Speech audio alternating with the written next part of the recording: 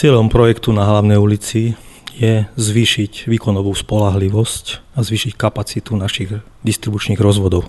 Zahraniční návštevníci mesta sa zaujímajú predovšetkým o naše historické centrum a o dianie v ňom.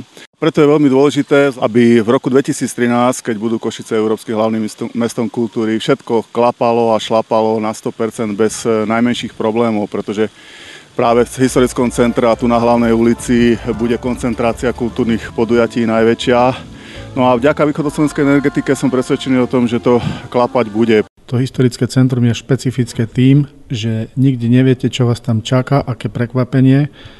A tu sme mali obavy, ktoré sa aj potvrdili, že z pamiatkového ústavu tam našli vzácne archeologické nálezy, ale úzkou spoluprácou sme tam nestratili čas a neohrozili to náš projekt. Uložili sme niekoľko 1000 metrov vysokonapätiových a nízkonapätiových káblov. Takisto sme zapojili niekoľko desiatok rozpojovacích skýň. Od začiatku sme vedeli, že alfou a omegou tejto stavby je podzemná trafostanica a veľmi dôsledne sme sa na to pripravili. Táto trafostanica nám sadla s presnosťou, povedal by som, na milimetre. Východoslovenská energetika vlastne dodržala termín, ktorý slúbila.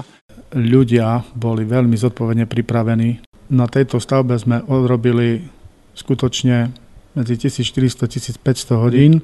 Boli dni, keď sme robili aj do 20. Takže jedno veľké ďakujem nielen za projektový tím Európskeho hlavného mesta kultúry, ale vôbec za všetkých Košičanov.